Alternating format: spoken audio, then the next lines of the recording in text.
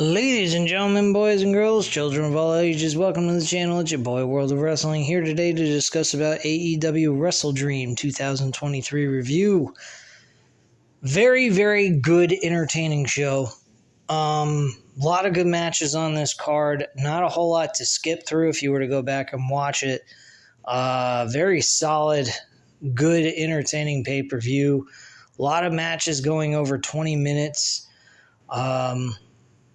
There were some matches that didn't have any heat or story in them, but they were still well worth sitting through and watching because they were just fun to watch. Edge coming to AEW. This is the first time ever that Edge is out of the realm of the WWE and in a different promotion. They are calling him Adam Copeland at this time. I hope that maybe, just maybe, he can go by Edge. Because I just think the name has been his for like forever, and seeing him go under a different name as his real name, kind of different for me. But if that's the case, then that's what it's going to have to be. But just seeing him in an AEW ring playing the same theme song he had in WWE is just fucking fantastic. I think that this is going to be an interesting run for Edge in AEW. I think Tony Khan has found a good replacement for a veteran/legend performer in Edge in replacing CM Punk. I think Edge is going to do an excellent job compared to CM Punk because he's not going to provide a bunch of drama and bullshit in the locker room. So I really feel that Edge is a great replacement for CM Punk, and I think that Edge maybe should win a world title down the line at some point. So at this time, let's get into the matches.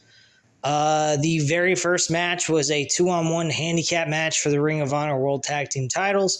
MJF defended the tag team titles by himself because hence Adam Cole was injured going into this match with a blown out ankle, and the Righteous, which is Dutch and Vincent, went up against MJF. This was about 10 minutes. It was an okay match. I give it a 3 out of 5 stars. It was a decent opener to the show. Gets the world champion done and over with what he has to do, and he can go home and do what he's got to do. Get prepared for Dynamite tomorrow. Since I'm recording this today on Tuesday, and tomorrow is Wednesday. And MJF walked away with the victory. Do I find this to be a little odd going up against a tag team where he's by himself? No, because he's the World Heavyweight Champion. He should be able to overcome this adversity, especially the first time ever by himself, and the first time defending these tag titles by himself. So at the end of the day, he's the world champion. There is a reason why he's world champion. So him winning and retaining these tag team titles against two guys that are just Ring of Honor talent, really. They're not even at the level of an AEW talent. Makes a lot of sense, and it doesn't really do a lot of harm to Dutch and Vincent. They will eventually become tag team champions somewhere down the line. I do see a lot of quality in them and worth of them being in this tag team division. So I definitely see them down the line winning tag team gold, either in AEW or Ring of Honor. Next up, we had Eddie Kingston defending the Ring of Honor World Championship and the strong open weight for New Japan Wrestling against Shibata. I think this match was pretty decent as well. It was a nice little second match. 11 minutes is how long the match went. Back and forth, very stiff wrestling for 11 minutes.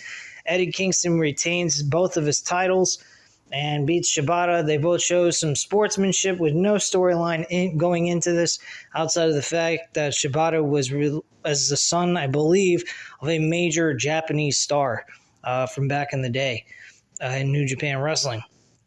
So, kudos to Eddie Kingston for a very nice little world championship / open weight championship match. And congratulations to him retaining the title. Of course, he was going to. Why would he lose it to fucking Shibata?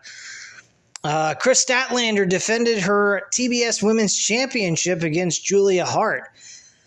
And defeated Julia Hart as well, retaining her title.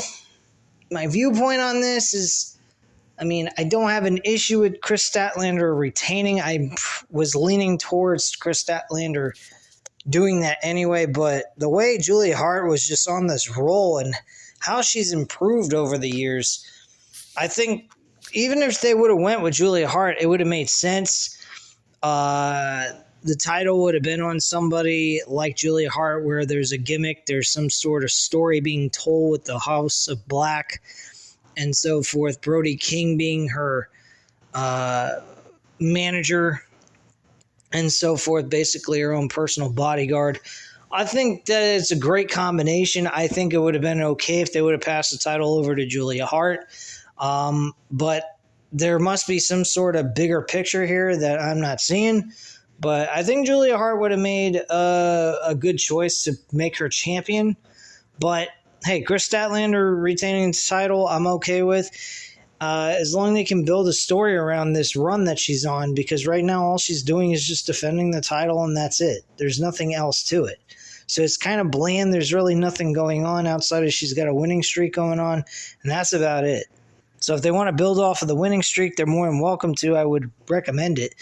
If anything else. But this match was a 3 out of 5 stars, as well as Eddie Kingston and Shibata. 3 solid matches back to back. Young Bucks won the Fatal 4-Way match to determine the future World Tag Team title opportunity.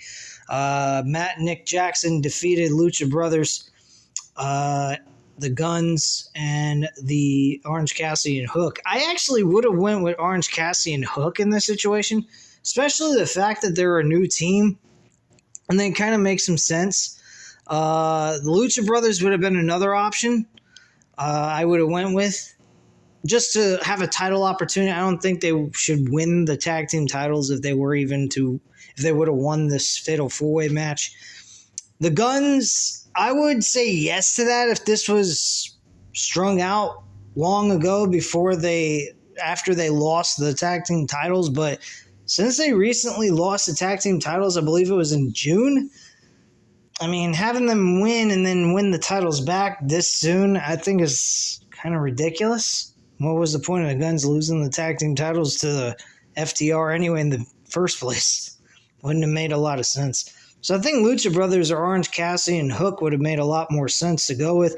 Would have given Hook an opportunity to compete for tag team gold for a legitimate championship. But unfortunately, that was not the case. The Young Bucks win, and we're going to see Young Bucks versus FTR for a 4th time. And FTR has won 2 out of the 3 matches that they've had. So I don't know where this is going, but I hope it's not where FTR loses the tag team titles to the Young Bucks. Anyway, moving on. This match, though, was a 3 out of 5 stars. The first 4 matches were just normal matches. Nothing really special here. Just solid, entertaining matches, but nothing that will make you jump out of your shoes or anything. Swerve Strickland versus Hangman Page. This was a very good match, very long too, 20 minutes and 15 seconds based off of Wikipedia's time that they have. Swerve Strickland wins against Hangman Page. I was a little bit surprised by that, but I guess I shouldn't be because of the fact that Swerve Strickland kind of needed this win a lot more than Hangman Page. Hangman Page has been in a main event scene for quite a while. He's won Tag Team Gold. He's won the World Championship and had a decent run with that. So, personally, I guess you could say that Swerve Strickland really deserved this a lot more than Hangman Page. And I will say that this was a 3.5 out of 5 star match. And Swerve Strickland won this matchup, not retained anything. Ricky Starks and Wheeler Yuta. This match could have been on Collision or Dynamite. There wasn't much to the story. It's pretty fucking wasted out if you ask me, personally. I really found this to be whatever, it was okay. 2.5 out of 5 stars is what I'm going to say it is, because it wasn't noteworthy for a pay-per-view event. They could have done without this match. Bryan Danielson and Zack Sabre Jr. in a one-on-one match. This was a very, very, very good one-on-one matchup between these two technical wrestlers. Bryan Danielson did not win by submission. He actually won by pinfall, connecting with the running knee to Zack Sabre Jr.'s face and getting the 1-2-3 at the end of the day. So this match, I am definitely saying it is a 4.5 out of 5 stars. Very good technical wrestling that occurred in this match. It just did not end with one or the other submitting to their opponent. But very entertaining matchup. Very good match. 22 minutes and 45 seconds. Very long matchup. It felt like it went on forever. So, yeah. But 4.5 out of 5 stars. We then had the Don Callis family, which included Takeshita, Will Ospreay, and Sammy Guevara, going up against Chris Jericho, the Golden Elite of Kenny Omega and Kota Ibushi. Again, Kenny Omega and Kota Ibushi, along with Chris Jericho, end up losing this match. Shit. Fucking Chris Jericho, I believe it was Chris Jericho. He got hit in the face with a fucking baseball bat by Don Callis. And then Jericho was pinned by, I believe, Sammy Guevara. And he got the 1-2-3. And that's how this match ended. Not to mention, they did not follow any tag team rules here. Everybody was in this match, in and out throughout the entire match, without tagging at all. This was a non-stop fucking multi-man fest of spots, super kicks, leaping out of the fucking ring. Jericho was joining in on the fun with Kota Ibushi and Kenny Omega. These guys were just fucking all over the place. This was very hard to keep up with. I would say it was entertaining, but it was also very disorganized. It was just fucking nuts. I didn't know who the hell was a legal man and who wasn't. It was just so fucking hard to keep up with. It was ridiculous. But anyway, Don Callis' family walk away victorious in the 6-man tag team match. I'm going to say this is a 3.5 out of 5 stars. FTR defended the tag team titles, the AEW tag team titles to be accurate, because Ring of Honor tag team titles were on the line earlier in the night, so we don't want to get confused here. But anyway, they defeated Aussie Open with Kyle Fletcher and Mark Davis. Very good matchup. No major storyline outside of pure competition between these two teams that occurred last year in 2022. But these two teams really gave it their all within 20 minutes and 25 seconds. They kicked each other's asses, really. The Aussie Open, though, did mess up the Shatter Machine. They tried to do FTR's tag team finisher maneuver and failed miserably in my book. But this match was very good. A lot of fun to watch. 4 out of 5 stars, easy without any question. And Christian Cage versus Darby Allin in the main event for the TNT Championship. Obviously, this is a 2 out of 3 falls. And obviously, Edge was supposed to make his debut. That's the only real reason why they would have Christian Cage and Darby main eventing the show for the TNT title. Darby was used as a fucking pincushion in this match. Literally, he was put through. Well, he wasn't put through. He was slammed on top of a fucking steel steps. He was supposed to be superplexed off the top rope by Christian onto the floor, but going into the steps. And apparently, it looked like Christian was like, this looks a little dangerous. I'm going to just kind of do the safer option and just kind of both of us slam on the floor and leave it at that. And then he performed a power slam on Darby Allin onto the steps. All right, wait, no, hold on. I think he did a suplex on the steps and then did a power slam as well and Darby Allin's arm fucking whacked into that. I think he might have broke his arm, possibly. From what I heard from JD's review, he did mention something about Darby being in a sling. So, shit. But this match was fucking brutal as hell. Very stiff matchup. 4 out of 5 stars. Very good at the end of the day.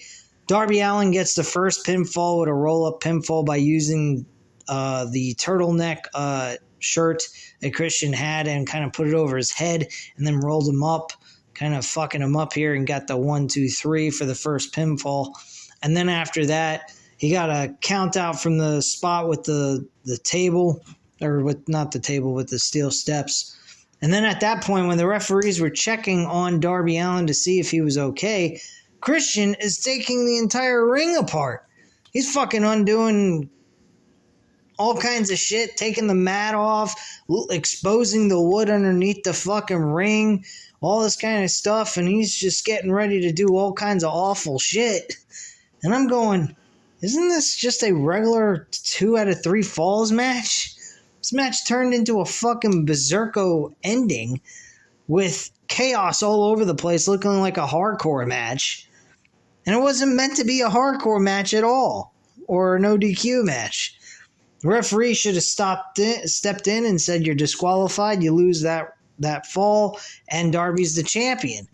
But none of that was taking place. Apparently, I guess because you could say he wasn't actually using a weapon, but he was exposing the ring underneath with the wood. So, I mean, there was really no protection. I mean, both of these guys were smacking off of wood. It was just fucking insane what they were doing. Nick Wayne's mother was there as well, kind of playing a part in this whole entire match. She was kind of like, Christian was getting distracted by Nick Wayne's mother, trying to antagonize her, I guess you could say. And she kind of gave him a slap across the face for being an asshole. And then during the matchup itself, Nick Wayne turns on Darby Allin with no rhyme or reason. None of it made any sense. Hopefully they can make sense of it on Dynamite or Collision, whichever they decide to continue this story. But it made absolutely no fucking sense why Nick Wayne turned on Darby Allin. That's where Christian got the 1, 2, 3 and picked up the victory, and then they started attacking Darby Allin in a 2-on-1 assault, or 3-on-1 assault, excuse me. They also had Luchasaurus there. Sting came down to the ring trying to make the save, was unable to do so. He ends up getting demolished. And then Edge shows up in this really old school, I think it was a Dodge Challenger, a black Dodge Challenger or a Chevy Impala, I'm not sure which. An old school muscle car. And he just looked fucking badass as shit coming into the arena with that car and everything else. And then his music played, the fucking crowd went ape stick. He then came into the ring acting like he was going to join forces with Christian, grabbed the chair, and then hit Nick Wayne in the back. And then also attacking Luchasaurus and Christian. He ends up hitting a spear on both Nick Wayne and Luchasaurus, and makes a save for Darby Allin and Sting. They shake hands, the three of them. And apparently Edge is coming in as a babyface to kickstart his career in AEW. From what I hear, Edge will be competing one-on-one against Luchasaurus. Should be a good match. Probably the main event of Dynamite, more than likely. Or I think it might be Collision, I'm not sure. But whichever it is, it's fine by me. I will definitely be watching it.